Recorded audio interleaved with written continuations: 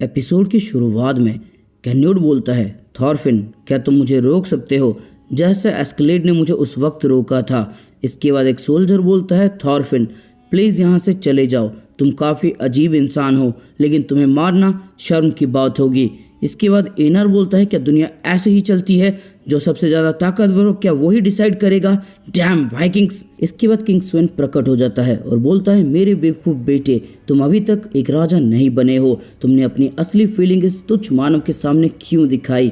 Obviously तुम एक दूसरे को समझ नहीं सकते, तुम्हारे लिए ये सिर्फ एक भेड़ बकरी के जैसे हैं और तुम उसके मालिक हो, और कभी भी एक भेड़ या बकरी अपने मालिक को नहीं समझ सकता। तुम उसे खाना खिलाओ, उसे काट दो या फिर उसकी चमड़ी उधेड़ दो, वो तुम्हारे काम को कभी नहीं समझ सकता, बस तुम उसे कंट्रोल कर सकते हो, और यही भेड़ों के लिए अच्छा है। इसके बाद थॉरफिन बोलता है, कैन्योड अगर तुम अपनी ताकत का इस्तेमाल करोगे तो मैं, और तभी किंग स्वेन बोलता है, इसे मार दो, ये बहुत ज़्यादा खतरनाक है, अगर एक भी बकरी पहाड़ के ऊपर चढ़ जाती है तो सारे बकरियां उनको फॉलो करने लगती है, इसे मार दो, एक राजा के हिसाब से अपना काम करो। तभी थॉरफिन बोलता है, मैं यहाँ से चला जाऊँगा।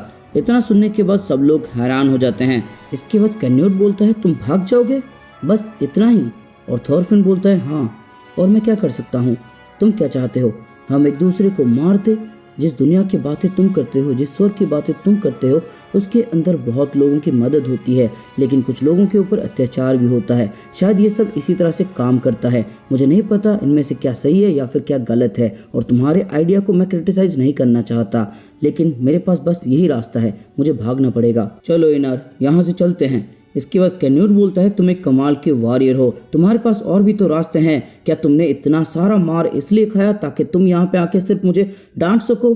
इसके बाद थॉरफिन बोलता है, मैंने अपना वक्त बर्बाद किया, गुड बाय योर मैजेस्टी, और ये दोनों आगे बढ़ने लगते हैं। हम देखते हैं कैन्योड को, जो बहुत जोरों से हंसने लगता है, खुले दिल से हंसने लगता है, जिसको देख के सब लोग हैरान हो जाते हैं। इसके बाद कैन्योड बोलता है, बहुत सारे लोग मुझसे बार्गेन करना चाहते हैं, कुछ लोग तो मुझे डराने की भी कोशिश करते हैं, और उसके बाद तुम आते हो, तुम अविश्वसनीय हो, तुम सच में एक नंबर के बेवकूफ हो, तुम्हारे कंट्रोल में कुछ भी नहीं है, तुम्हारे हाथों में कोई औजार नहीं है, और तुम बुरी तरह से पिट चुके हो, लेकिन उसके बावजूद भी तुम मेरे पास आते हो और बोलते कि इस फार्म को मैं छोड़ के चला जाऊं। सच में ये बहुत ज़्यादा फनी है, जिंदगी में कभी मैंने इतनी शांति से बात नहीं की, तो क्या तुम सच में यहाँ से भाग जाओगे। और थॉरफिन बोलता है, हाँ। कैन्योड बोलता है, तो वाइकिंग तुम्हारे जैसे इंसान को भी बना सकते हैं, तुम सच में बहुत खूबसूरत इंसान हो, तो तुम जंग से बचने के लिए कहाँ पे भागोगे।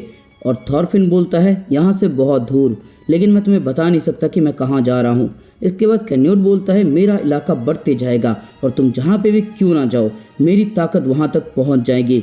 इसके बाद थॉरफिन बोलता है, जितना हो सके मैं उतना दूर भागूंगा, जब तक मेरे पास भागने के लिए कोई ज़मीन है तब तक मैं भागता रहूँगा, लेकिन मैं लड़ाई नहीं करूँगा, मैं एक शांत जगह बनाऊंगा जो किंग के पहुंच से बहुत दूर हो, और तुम जिस मेथड का इस्तेमाल करते हो उस मेथड से अलग मेथड से मैं वो बनाऊंगा, उन लोगों के लिए जो तुम्हारी दुनिया में नहीं रह सकते, तुम्हारे जैसे लोग, मेरे जैसे लोगों के लिए। इसके बाद कैन्योड बोलता है, अच्छा तो तुम उन गड्ढों को भरोगे जिन्हें मैं नहीं भर सकता, क्या ये तुम कर सकते हो। इसके बाद थॉरफिन बोलता है, तुम्हारी ताकत के मुकाबले मेरी ताकत बहुत कम है, मैं बड़े बड़े गड्ढों को नहीं भर पाऊंगा, अगर तुम ज़्यादा अत्याचार करोगे तो तुम्हें कोई नहीं बचा सकता, तुम्हें और भी ज़्यादा कोशिश करनी होगी, मेरा काम मत बढ़ाना। इसके बाद कैन्योड बोलता है, तुम तो एकदम साधु बन गए हो, ये तुमने किसकी जगह ले ली है, ये तो काफ़ी ज़्यादा इंटरेस्टिंग है, मैंने पहले कभी इतनी शांति से चैलेंजिंग बातें नहीं की है।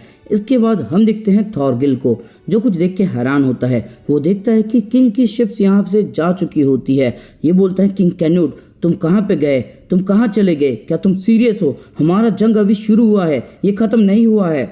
इसके बाद हम कैन्योड को देखते हैं जो शिप में होता है, और तब वुल्फ बोलता है, फ्लोर की सेटिस्फाइड नहीं है, उसने कहा कि उसे समझ में नहीं आया कि आपने ऐसा क्यों किया।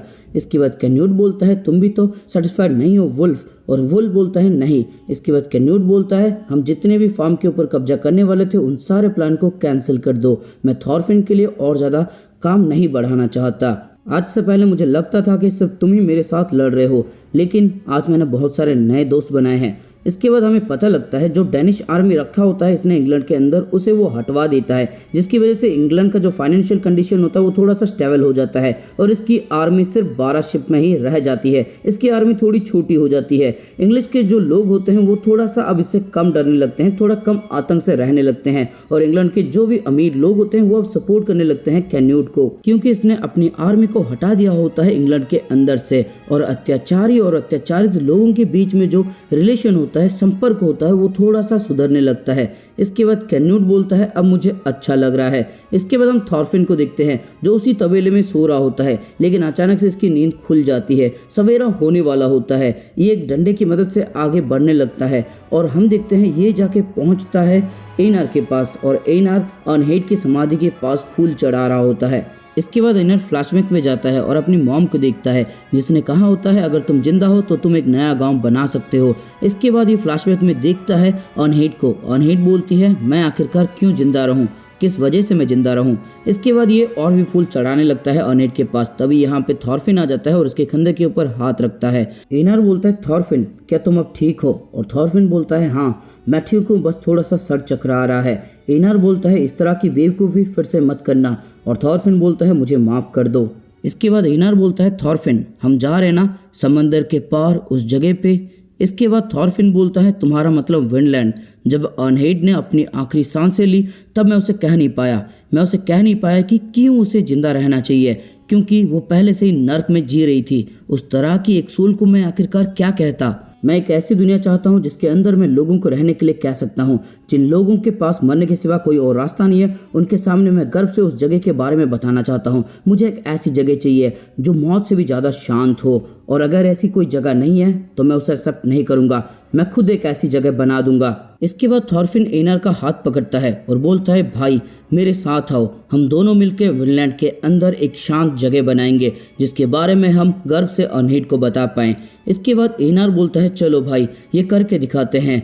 समंदर के पार एक ऐसी जगह बनाएंगे जहाँ पे स्लेवरी और जंग नहीं होगी, सिर्फ अनहेड के लिए। इसके बाद हम देखते हैं थॉरफिन एनार और बाकी सब एक शिप में बैठ के यहाँ से चले जाते हैं और इनको दूर से ही टाटा बाय बाय कर रहे होते हैं स्नेक, ओल्ड मास्टर, ओलमार और पैटर, यानी कि पैटर अभी भी जिंदा है। देख के अच्छा लगा। इसके बाद स्नेक थोड़ा सा आगे बढ़ता है और एक फ्लैशबैक में जाता है जहाँ से हमें पता लगता है थॉरफिन चाहता है कि उसने जो फार्म को बचाया है उसका सारा क्रेडिट ओलमार को मिले और स्नेक ऐसा ही करता है। वो सब लोगों को जाके बता देता है कि ये सारा काम ओलमार का है, ओलमार ने किंग को मना लिया है। इसके बाद पैटर बोलता है अनहेड की ग्रेव को मैं सुरक्षित रखूंगा, तुम मेरे ऊपर भरोसा कर सकते हो। इसके बाद ओलमार जाके थॉरफिन का हाथ पकड़ लेता है और उसका शुक्रिया अदा करता है। इसके बाद ओलमार बोलता है थॉरफिन मैं तुम्हारी तरह बनना चाहूंगा, ताकतवर और दयालु, एक असली मर्द।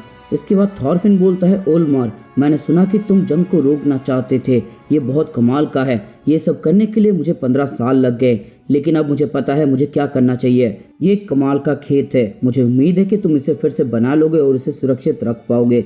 इसके बाद एनार और थॉरफिन घुटने टेक देते हैं सेवर्कल के सामने और बोलते हैं ओल्ड मास्टर आपने हमारी बहुत मदद की, आपका बहुत बहुत शुक्रिया। सेवर्कल बोलते हैं कि हमने डील किया था, तुम्हें शुक्रिया अदा करने की कोई ज़रूरत नहीं है। इसके बाद हम देखते हैं बहुत सारा खजाना होता है और थॉरफिन एनार यहाँ से चले जाते हैं, लेकिन अपने साथ कोई भी खजाना नहीं ले जाते। ओलमार बोलता है काश वो एक सिल्वर टोकन ले जाते, मुझे खुशी होती। इसके बाद स्नेक थोड़ा आगे बढ़ता है और चिल्ला के बोलता है थॉरफिन एनार मेरा नाम रोवाल्ड है, सन ऑफ ग्रेम। इतना सुनने के बाद एनार और थॉरफिन एक दूसरे को देखने लगते हैं। एनार बोलता है तुम्हारा बहुत बहुत शुक्रिया रोवाल्ड और थॉरफिन बोलता है सब लोग अपना ध्यान रखना। और इसके बाद ये दोनों समंदर से काफी दूर चले जाते हैं। इसके बाद हम अनहेड की समाधि को देखते हैं, खेतों को देखते हैं, हम कैटल को देखते हैं जो रो रहा होता है, उसे पश्चाताप होता है अपने कामों के ऊपर और वो एक जगह पे चुपचाप बैठा होता है। हम ओलमार को देखते हैं जो खेतों पे कभी काम नहीं करता, उसे पसंद ही नहीं है, लेकिन अब वो खेतों पे काम कर रहा है, वो खेतों के ऊपर बहुत ज़्यादा मेहनत कर रहा है। हम बाकी सारे रिटेनर को देखते हैं जो खेतों में काम कर रहे होते हैं, उन्हें भी समझ में आ चुका होता है कि काम ही सब कुछ है। और हम एक रिटेनर के हाथों में देखते हैं उसके हाथों में छाले पड़ गए होते हैं। इसके बाद हम लीव को देखते हैं जिसका बरसों का सपना पूरा हो चुका है, वो थॉरफिन के साथ फिर से मिल चुका है। इसके बाद हम देखते हैं थॉरगिल को जिसकी आंखों में हम बदले की भावना देख सकते हैं। ये भाला लेके खड़ा है, लेकिन मारेगा तो किसको मारेगा? इसके बाद हम दिखते हैं सारे रिटेनर को। बैजर बोलता है बॉस आप वहाँ पे जाके क्या कर रहे हैं, आप कब काम शुरू करने वाले हैं। और स्नेक बोलता है चुप हो जाओ, मैं बस थोड़ा सा आराम कर रहा हूँ, तुम्हें पता भी है कैसे दिखते हैं, देखो एक चुटकी मार के मैं इन सारे काम को कर दूंगा। और ओल्ड मास्टर वहाँ पे चुपचाप बैठे होते हैं क्योंकि अब वो काम करने के लायक नहीं है। इसके बाद हम पैटर को देखते हैं जो अनहिड के समाधि के पास होते हैं, वहाँ पे फूल चढ़ा रहे होते हैं। इसके बाद पैटर बोलते हैं मैंने अपनी ज़िंदगी में सिर्फ सहा है, इसीलिए मुझे लगता था दर्द दुनिया का एक तरीका है, यही दुनिया है, लेकिन मैंने कभी सोचा ही नहीं था कि मैं उस तरह के लोगों से भी मिल सकता हूँ, है ना अनहिड।